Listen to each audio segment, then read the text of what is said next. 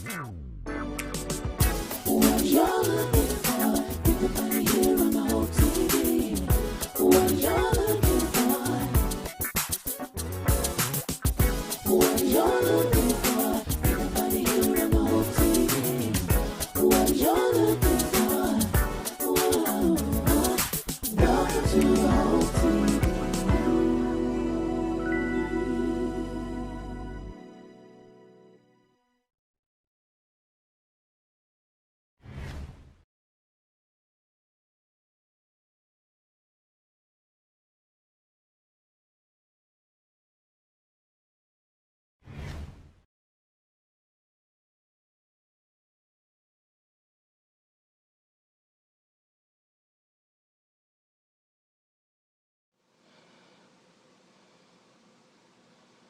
Good morning, good morning, good morning. And this is the day that the Lord has made, and we're here to rejoice and be glad in it. Certainly, I'm excited, and I want to welcome you to the Hope TV. I'm E. Dewey Smith, and one of the Hope dealers here, and we are so excited to bring you a daily dose of hope. We're excited. We really are. Even in times of difficulty, in times of despair and hopelessness, I want you to know there's always a word of hope and a word of inspiration. We need hope because hope is that thing that gives faith a job. Without hope, there's no need of faith. And so I'm excited to bring you a daily dose of hope. And I'm proud and so honored and humbled that God created me to be a hope dealer. If you know somebody who needs a word of hope, won't you invite them and won't you do something? Help us get the word out. Won't you share this link with about 5 people right quick? Help us to expand the Hope TV. We started this platform back in March. Our first program was March 19th, 2020. And from March 19th, 2020 up until today, February 25th, 2021, we've been so thankful. We've been so blessed that we've been able to reach over 100 million people, 100 million views rather of our content. And so we thank God for you and thank God for you. And good to have you with us, Mary Melody Wilson, Pastor Durley. God bless you. Give him our regards. Thank you so much. Thankful to be a part of our prayers are with you. We hope we can serve you in a more excellent way and in the future. So God bless you, Melody, from Facebook. So drop us a line. Let us know the city, the state, and the country from which you're viewing. It will mean the world to us. And welcome everybody from Apple TV, Roku, Twitch, Amazon, YouTube, Facebook, IG Live. Our IG Live family's tuned in now. Welcome, IG. I knew folks were able to stream through IG Live on my personal page and our church page. God bless you. We thank God for the Periscope family who's watching now. I appreciate all Periscope people who watch it, and also those who are watching through the various websites. So everybody who's tuned in, thank you for being a part. My prayers are with you. Drop us a line right quick. And if you're watching through a platform that will allow you to subscribe, to like, to comment, or to share, won't you consider doing that? We want to get the word out, and I need you to help us get the word out. If you watch it to a platform, that's it right there. Subscribe, like, comment, or share. That's helpful to us. It helps us to get people involved. And when you subscribe, you can get notifications as when new content is uploaded. And that's important. And every time you like it, God bless you, Troy Head. Every time you like your comments, they help our algorithms um, to get the word out more. Your comments, your likes are like virtual amens, and those shares are most important because when you share it, that helps the platform to grow. I mean, you never could have told me in March of last year that we would have had over 100 million views. Did you hear me? 100 million views of our content, and so I'm excited about that. When you hit that share button, you help us to get it out more. So please hit that share button. Hit that share button. Help us to get it out because we want as many people as possible to be blessed by Morning Dew. We got Houston, Texas on. I've got somebody from the 478 tuned in from Macon, Georgia, my hometown. See if we've got Fort Valley, Georgia here with us. What an exciting time. And we thank God for you, and you. We're doing programming. We're doing worship at night. And Lizella, Georgia, London Scott Hall. All right, Middle Georgia. Nothing like Middle Georgia. My Middle Georgia people here tonight. Got Lizella, Fort Valley, and Macon, Georgia, my hometown. There's no place like home. And I thank God for all of you for being a part. God bless you, Emma Cunningham from Frisco, Texas. God bless you. Hope is definitely needed. I concur 100% with you on that, Emma. We need hope. These are some hopeless times and difficult times for many people, and we need hope. And I'm thankful that God always has a word of hope. And I know I was placed on this earth to bring a word of hope and ministry of hope. And that's why I'm here today. I'm excited about that. And my IG family, thank God for them as well. And so good to see Lily Nelson. God bless you, Lily. Good to see you today as well. I appreciate you being a part today. It's a blessing to have you here with us. Now, I want to get started. For Morning Dew, we've been looking at Oakland, California. Okay. All right. Oakland, California. All right. We've been going through of the book of Colossians, and I want to talk about that a little bit. Colossae was a territory in Asia Minor that Paul was writing to, and it was a lot had happened in Colossae. Just to give you a little background, it had gone from a big commercial hub, a place where the economy was solid. They produced a lot of wool there in Colossae. So in the fourth, fifth centuries BC, Colossae had a blossoming economy, etc. It was a significant territory. But by the time Paul and Jesus comes along in the first century, it's taking a downward spiral. I mean, the economy is jacked up. Sounds like what we are in America. Um, it was no longer a travel hub. Paul, we talked last year about Philippi and how it was a significant city. Rome was the citadel of the Caesars. It was a place everybody wanted to visit. Jerusalem was a city of God. So all of those places were huge, major places at the time of the first century. Colossae was totally different. It was just economy was down, not a travel hub, and now they're dealing with false doctrine, a doctrine called Gnosticism, which said that the environment, that air, matter was evil. Good to see Dolores from Westwood, New Jersey. I want to be blessed by the word. All right. I got you. Praise the Lord. We hopefully get some hope today through this broadcast, Dolores Barksdale. So, Gnosticism, they were teaching that things were negative, um, that the air, atmosphere, matter was evil. And what happened as a consequence, they inevitably said, because Gnosticism, Gnosticism, they were espousing that, they had this esoteric, this overemphasis on esoteric knowledge. They were smart intellectuals. My mama would have said they were too smart for their own britches. So they were trying to explain things that couldn't be understood, that really, some spiritual things have to be accepted, they can't be explained. And they basically went so far to say that Jesus Christ did not come in the flesh. And that was no virgin birth. Jesus didn't live. So this is what was happening in Colossae. So Paul was writing to them to try to just encourage them to stick with their faith, to make Jesus Christ, to have Jesus as central in faith. They wanted Christ to be. He wanted Christ to be have centrality in terms of faith, not this other foolishness that the Gnostics, not the economy.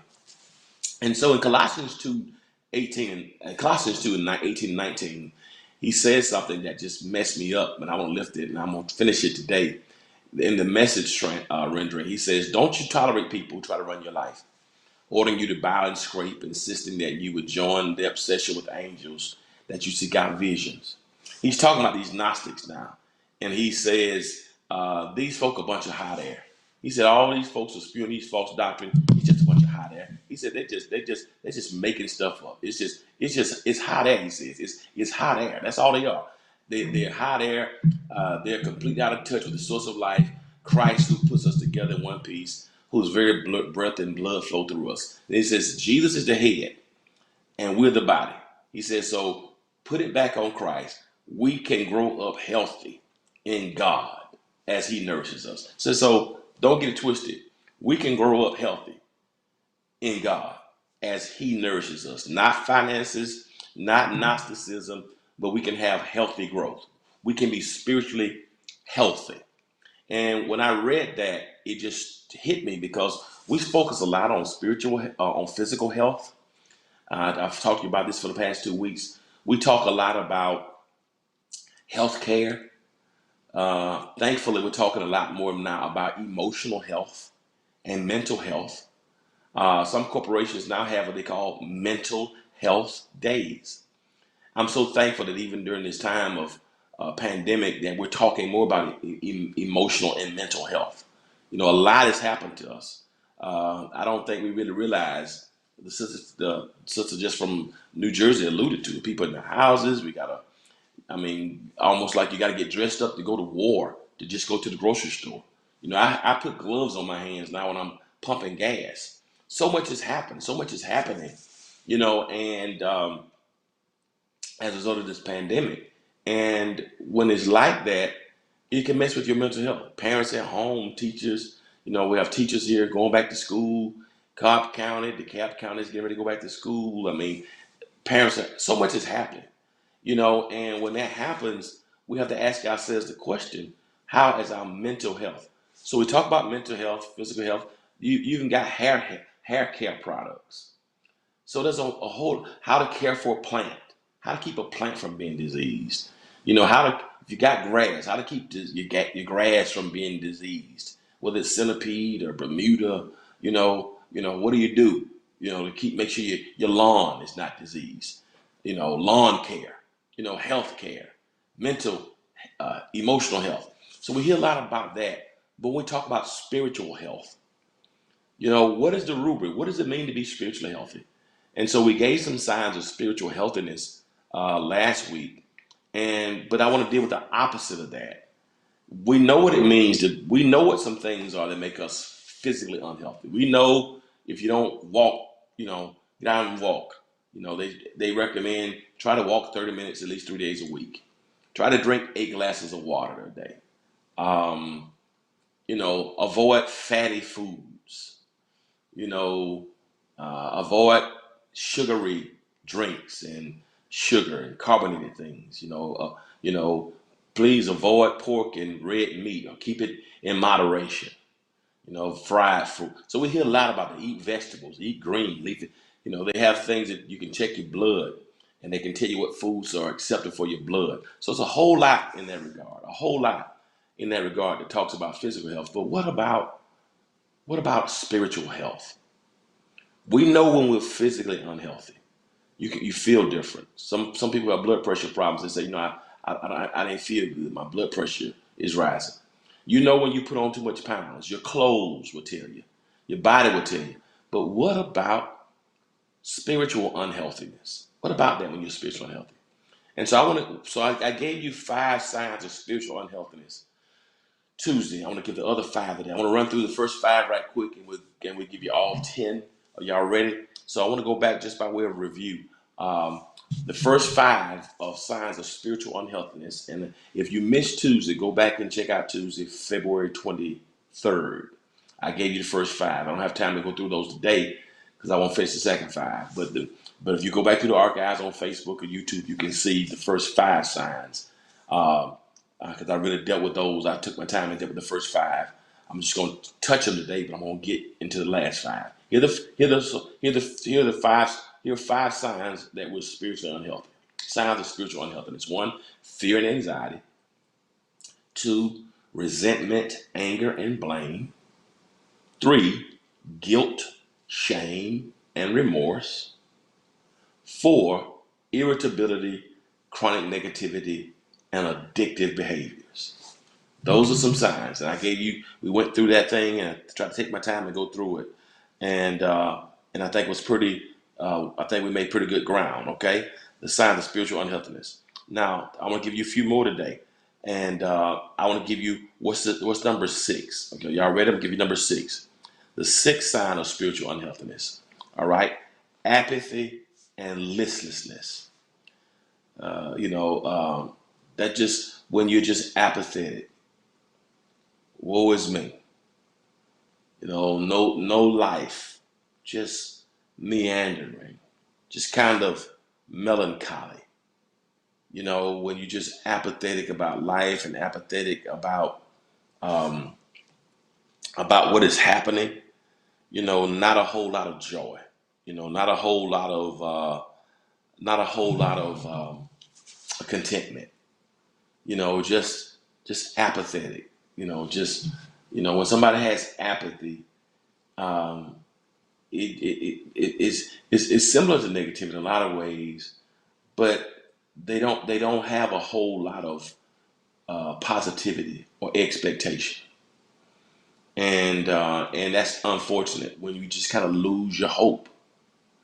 And I want to talk about that because it's so important that people understand that that is not the life that God has called us to live. You know what I mean? And I want to make sure we get that because it's so important. Um, when you just don't have any energy, you know, um, just little interest in stuff, you know, really no concern. It's whatever. You know what I mean? That's kind of your response. How you feeling? Whatever. Don't matter. Don't matter. Don't matter. Don't nothing matter to me no more. Y'all remember that song? Just kind of after, just nothing matter. Nothing, job, whatever. It is what it is. You know. That's how, that kind of mentality. What the children gonna eat? Don't. Who cares? Little concern. No. What you gonna do at work? Whatever. I'm just going. How you feel? I'm just here. How the family? Just so it's this whole apathy, little interest, little concern, little desire, just kind of there, not on the log, And when you don't have the interest or the concern or the desire or passion for nothing, that's a very very difficult thing. You just kind of you go through life sometimes, and then you end up apathy means sometimes you don't have no emotions. You can't even feel it no longer. And that could be the sign of emotional trauma, but it also can be a spiritual issue. Yeah, that you got to make just it's the whateverness, just everything is whatever, and no interest, no concern, no zeal, no emotion, just no passion, no sensibility, just don't care. And when you get to that point, that's a real sign that somebody is spiritually unhealthy. And many of us have been there in our lives. Just whatever. You just in a place, in a funk, lost your mojo. That's not just an emotional piece or emotional, uh, a derivative of an emotional issue. That could be a sign of spiritual unhealthiness. And if that's how you feel, I'm just here. You know, you go through life and now, let me say this, and one of our therapists and counselors at church, yeah, whatever attitude. Thank you, CC. It's called apathy. No interest, no concern, no feeling, no compassion, no desire, nothing. Um, a lot of times, if you feel that way for a couple of days, it could be just you in a bad mood, in a funk, something happened emotionally. Um, it's not really depression. It's more of melancholy. But if you don't snap out of that thing, and I want to say this, it may be normal. You go through a moment where you just feel like, yeah, you're just tired. Yeah, thank you, Donna. You can just be like, and it could be, and I'm gonna get to that in a moment. But thank you for that, Donna. You're exactly right. You just whatever, nothing. You're just in that place.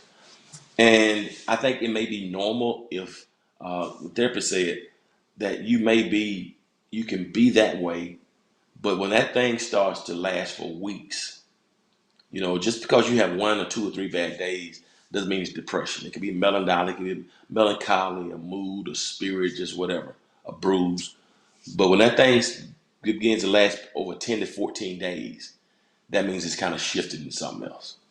So, but it's not God's will. It is not the will of God that we just be whatever, no feeling, no emotion.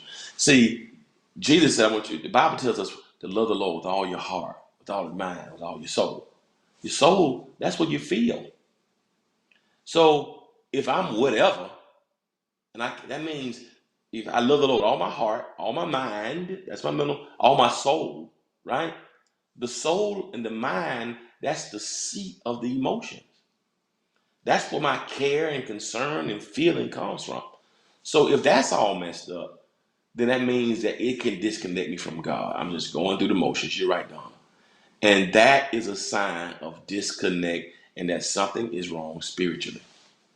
And I just want us to be very, very in tune. It could be normal that you have a moment like that, or you just go through, sometimes it could be physical exhaustion. It could be physical exhaustion that you're tired. You may need to get rest. You may need to take a day off to chill. Okay?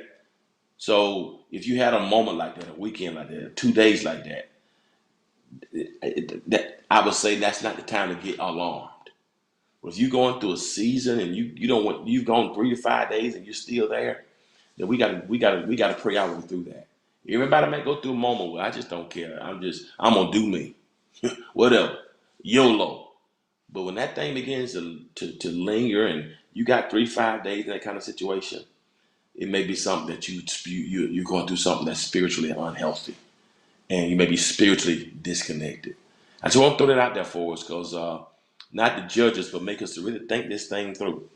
Our therapist, Dr. Winfrey, says, if it's less than 2 weeks, 10 days, and you just been feeling like sadness, that's sadness and melancholy. It's not necessarily low grade depression, but when it goes 2 weeks and you haven't shaken that thing yet, then that could be emotional. But I want to say the same thing with this apathy, don't care. You got 3 to 5 days in and you just don't care about nothing. That's a sign of spiritual unhealthiness, all right? Yeah, death in the family, that's normal. That's something, that's trauma. Death, that's a traumatic, that's an experience that has a measurable threshold. You can trace that back to something. Something happened. I got fired, went through a death, right? Yesterday I've been feeling kind of low all day. Young man who I grew up mentoring, his daddy was like a friend mentor to me, Pastor Curtis Raines in Macon, Georgia. I watched his son grow up playing baseball, and used to come to the youth convention when I was on the youth convention of Georgia when I was president, do devotion for me, singing for his daddy. His brother and I went to school together. His sister and I went to school together. I would preach for his father. Father would preach for me. He started preaching. I would talk to him and kind of give him advice. Pastoring. His dad died 6 years ago, and he's 44 years of age. Just turned 44. Macon, Georgia. Pastor New Pilgrim. His father died. Now he passed away from COVID yesterday. It just shook me. It's just like, Lord, somebody I've known forever. I mean, literally, I've known him. I mean, since he was, I'm talking about over 40 years. You know what I mean? And that blow hits you. It's like, man, I'm still just kind of, that's a cloud over my hometown, Macon. 44, one of our passages. So that death, it hits you, it just kind of shakes you. But that's a traumatic. It's like being in a car. It's like being in a car wreck, right? And your back hurts or your neck hurts. Death, trauma hits you. That's understandable. That's not what I'm talking about. That's not the same thing as apathy or listlessness. Apathy is when there's no really traumatic thing that's happened. It's not like you got fired or went through a divorce or death. You just find yourself in a little mood. You're just sick of it. But here's the thing they say, I'm just over it. Over what? Well, what happened? Well, you really can't name a traumatic incident. It could be everything. It just be stuff. It just added up. And that's apathy. And when apathy happens like that, it could be a sign of spiritual disconnect. So I think 3 to 5 days of, when it's not trauma. Again, death is traumatic. Divorce traumatic. Being laid off. Somebody being sick. Health issues. Those are trauma. That's not the same thing as apathy. Okay, so I'll make sure that's clear. All right, let me keep going. So that's number 6. Am I doing all right? Let me give you. Let's go number 7. Y'all ready? Number 7. Here's some physical symptoms. Sometimes here it is. It's deep. Sometimes when we're mentally and emotionally off, it can affect us physically. But sometimes when we're spiritually off, it also can affect us spiritually. Sometimes when you're not spiritual, when you're spiritually off, spiritually not being connected, it can mess up your diet, it can mess up your sleeping pattern, your skin can start look bad. If you feel spiritual unhealthiness, it can manifest itself in physical signs as well. Yeah, that can be some physical signs. Like we know how emotions, when your mind is not right, it can make you not eat. It's like Elijah in 1 Kings 19, up on the tree, he depressed, wanted to die, couldn't even eat. And he had to come say, man, eat, boy. You worry about Jezebel, come on and eat. So we know that sometimes when you're depressed, it's funny how some people, when they get depressed and they're stressed out, they can't eat. But at the same time, other people, they get depressed and stressed out. That's all they do is eat. People are different.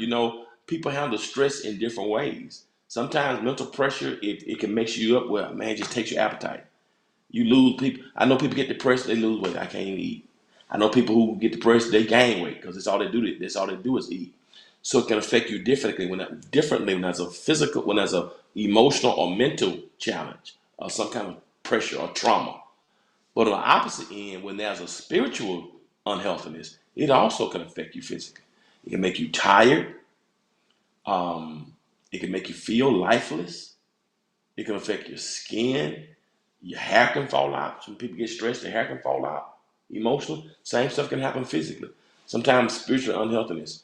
That's why 3 John 2, John told Gaius, beloved, I wish above all that you prosper, be in health even as your soul prosper. So total prosperity was all of it. It's all of it. Prosper, be in health. So it's not just financial prosperity. We look at that, I want you to prosper. But he's just talking about I want your life to be whole. Okay? That's physically, spiritually, and mentally / emotionally. So sometimes there are physical symptoms of spiritual unhealthiness. Let me keep going. Here's another one. Emotional remoteness. Emotional remoteness. What does that mean? Emotional remoteness. It's like when your emotions are not there. It's similar to apathy, but it's different. It's like when you're in a whole other place emotionally. You know what I mean? It's like when when you're way over there, you're just in a remote place. You just by yourself. It's emotional remoteness is when you're trying to figure out what's going on. It's like being out on a remote island. Everybody else is over here, you way over there, disconnected. You know, alone on an island. And that's one of the things the enemy wants to do to us, get us in this isolated place emotionally, where we don't share. Sometimes we can become so insular where we don't let people in. And we lack sometimes when you're emotionally remote, you can lack community. You don't want to talk to your friends. Yeah, thank you. Yeah, thank you, Brian Ward. Just kind of checked out. That's great. And you're not laughing, you're not checking on people, you're not returning calls. And I know it's difficult even through COVID. We can't celebrate like we want to because we're trying to be healthy, but it's like, you're stuck in the house, but Zoom. We don't want to do Zoom. We're not trying to do a thing. FaceTime. Go outside and drive by the house and you sit on your car, I stand in mine, and we're talking from a distance. Just I'm over here all by myself. You know, thank you. In another word, while in the word, that's good. That's a challenge. And when you're left over there by yourself, let me give you let me give you a scripture right quick on that. Now I'm gonna finish this up. Let me go to number 9. I'm gonna finish this. I'm gonna give you 2 scriptures and let you go on over my time. Number 9, another sign. When you get to that point, you just have to throw your hands up and say, "Father, Amen." Here's another one: melancholy and lack of joy. Melancholy and lack of joy. I mentioned melancholy earlier. Melancholy is the step that leads. Melancholy is the step before depression. Um, it's some people call it low grade depression. You got different levels. They say there are levels to this. Um, Therapists say melancholy is a step. Say, for instance, if you've been going through something that you felt like depression, it. Psychiatrists say and therapists say, if you've been that same way about 14 days, that's when you probably can kind of categorize it as depression. Anything before 14 days, they call it melancholy or sadness, like a sadness or a little funk, right? Melancholy, but it also can lead to a lack of joy. Joylessness. Listlessness, I'm just here. Joylessness, that's just nothing, man. And you know, when you don't have joy, you don't have strength. So, yeah, so melancholy is the steps. And now, again, it's not based on trauma. I told you trauma, that's different. Trauma can be death, divorce, sickness, laid off your job, something happened with a child, relationship broke up. That's trauma. So that's not what I'm talking about. Trauma is different. It's not trauma. Melancholy, apathy. That's not. When it's trauma, you can understand. You can point to this happened. Why is my back hurt? I was in a car wreck. I was talking to a young man the other day. He used to cut my hair, and he was walking kind of slow. And I had dreamt about him and him getting married some weeks earlier. And I reached out to him, and I saw him. He was walking slow. What happened? He fell off a ladder and broke his ribs. Well, his ribs are hurt. He's moving slow because he broke his ribs. Trauma. So I want us to be clear that when trauma happens, the normal result of being hit by something that's traumatic emotionally is going to be some pain. But melancholy and apathy, I really can't trace it. It's just I just in a funk. Nothing really significant happened. I'm just in a little funk. Okay, lack of joy. Go number 10. Give me number 10. All right, one more, and this is soul loss. This is number 10. Soul loss. Can you put that on there for me? That's when I'm just in my soul. I'm just kind of lost in my soul, and that's even heavier. When it's just man, it's just I'm just kind of I'm at a loss. I'm at a loss. My soul, my emotions. I'm just gone. I'm just gone, man. It's just like I go to work and and here's the thing: we can smile and we know how to, we not to, we know how we can turn the light on and press the button and the remote would come out the bag. You know, many of us know how to be life of the party. We know how to be on. We on. We on. You know, and we just play the part. People look at us to bring the joy. We know how to go and do it. Switch it on. And as soon as we leave, man, you get by yourself and the emptiness and just how life has dealt you a hand. It's funny how Robin Williams, I don't know if y'all, I'm telling my age here, Robin Williams, Morgan Mendel, I'm going back here, it's one of the most gifted actors, Miss Doubtfire. Robin Williams was one of the most humorous and funny. He was hilarious, right? Robin Williams a few years ago took his life. And here's what got me about that. The man who made everybody else laugh was going through so much depression himself, and he was sad. And I've discovered a lot about people who bring joy to people. A lot of people who bring joy to people themselves struggle when they're all alone. And it made me ask the question. When you go to the clowns, when you go to the circus and see the clowns and entertainers, where does the clown go when the clown needs to smile? Who puts a smile on the clown's face?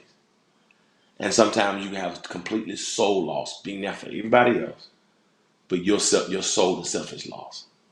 Let me give you a scripture right quick on this, and I hope that's blessed somebody. Let me give you a scripture right quick. Psalm 51. I'm gonna give you this one. Psalm 51. I'm gonna give you this scripture. I'm gonna let you go. Psalm 51.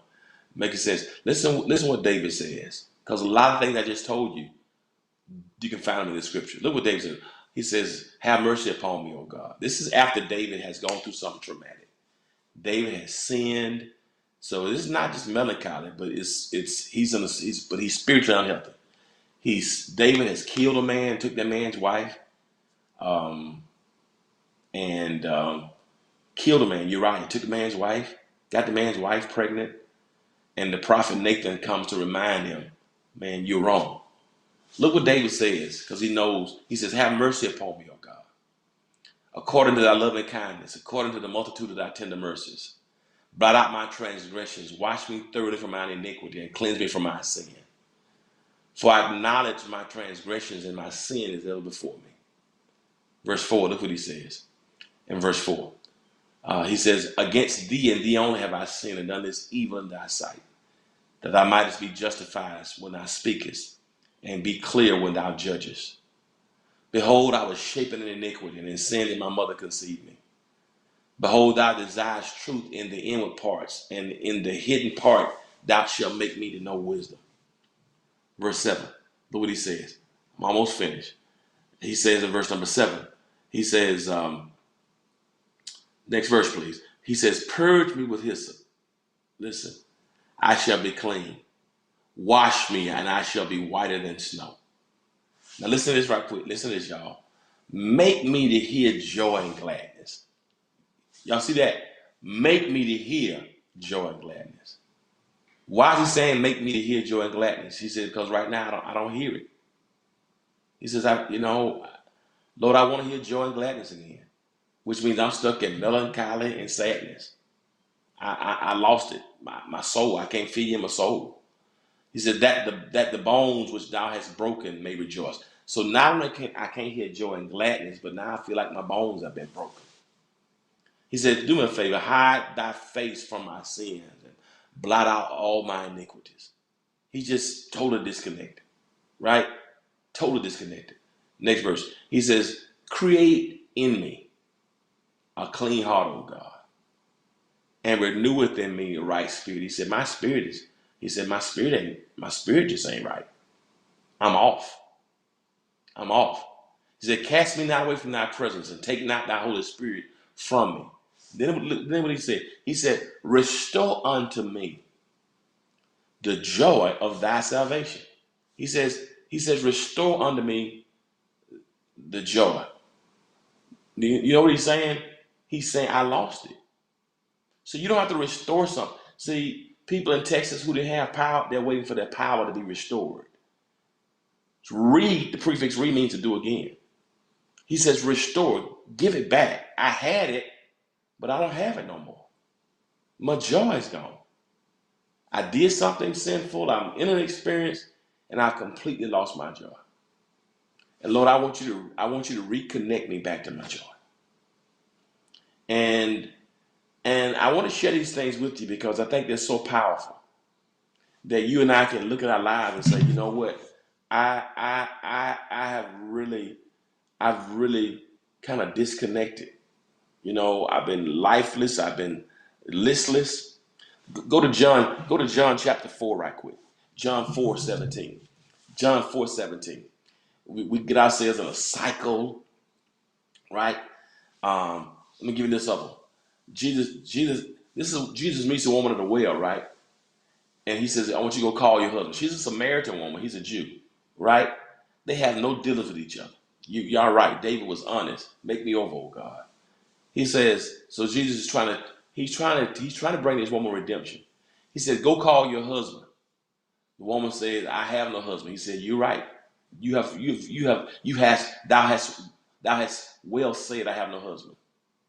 Thou hast had 5 husbands, and he whom thou now hast is not thy husband. He said, yeah, you're right. You've had 5, and you with one that's not yours. He says, you just going from one thing to the next thing. Addictive behaviors. You're in a pattern. You're in a cycle. And this, it just keeps, you're going through something. You've lost something along the way. She said, yeah, I perceive you a prophet. And I don't know if you can put the next verse, but what goes on, but she said, you must be a prophet. Here's the fun thing. And then, you're right, reconnect me, Lord. And then she said, you must be a prophet. How you know I've had 5 husbands and I'm with one that's not mine? She didn't know who she was talking to. And in the very next verse, she said, well, tell me what we're supposed to worship. In Jerusalem, I'm a Samaritan. My people say we worship Mount Gerizim. Your people say we worship it. Jews say Jerusalem. My folks say Mount Gerizim in the mountain. He said, that's the problem, woman. You have relegated God to the mountains. You think the mountains are the only place you can meet God. He said, no, you got it wrong. It ain't about Jerusalem. He said, you got a spiritual issue because you leave God in the mountains. You don't take God home with you. He said, let me tell you something. It's not about Jerusalem or Mount Gerizim. It's not about the Son. He said, God is a spirit. And they that worship him must worship him. He had to change her knowledge because she was off spiritually. She thought God could only be worshipped in the mountains. She thought, so when I go to the mountains to meet God, but I can leave him in the mountains, and when I go home, I can do what I want to do. She didn't invite God into her relationship with men because she left God in the mountains.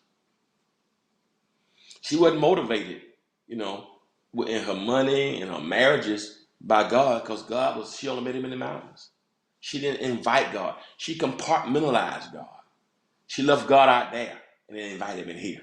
And as a result, she's lost her soul. She's in addictive behavior. She come through one relationship to the next. She keep going, you know, never allow herself time to heal. Something is missing.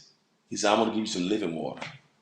And so when we leave God in the mountains and we compartmentalize our lives like that, we leave God in the mountains and don't invite God to be part of what we do, that's the consequence. One more scripture, I'm gonna close. First Kings, I'm over my time anyway. We're gonna finish this so I gotta do it next week. First Kings 19. First Kings 19, I'm finished. This is the story of Elijah. And this is after Elijah has defeated the 450 prophets of Baal. I mean, he's been powerful. He called down fire from heaven, man. I mean, just bold. And so what happens, the king go tells his wife, King Ahab tells Jezebel what Elijah had done.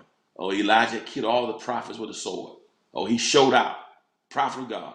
Then Jezebel, oh wicked queen, sends a message to Elijah saying, so let the gods do to me. And also, if I not make thy life as one of them by tomorrow. See, I'll tell you what. She said, bro, since you killed the prophets of Baal and my family worship Baal, listen, this time tomorrow, the God's gonna do, I'm coming to get you. If I don't get you in 24 hours, if I don't kill you in 24 hours, may the gods do to me the same thing you just did to those prophets of Baal. See, I'm gonna get you in 24 hours. I'm coming to get you. I'm coming to kill you.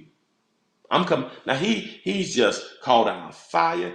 He resurrected a little boy in 1 Kings 17.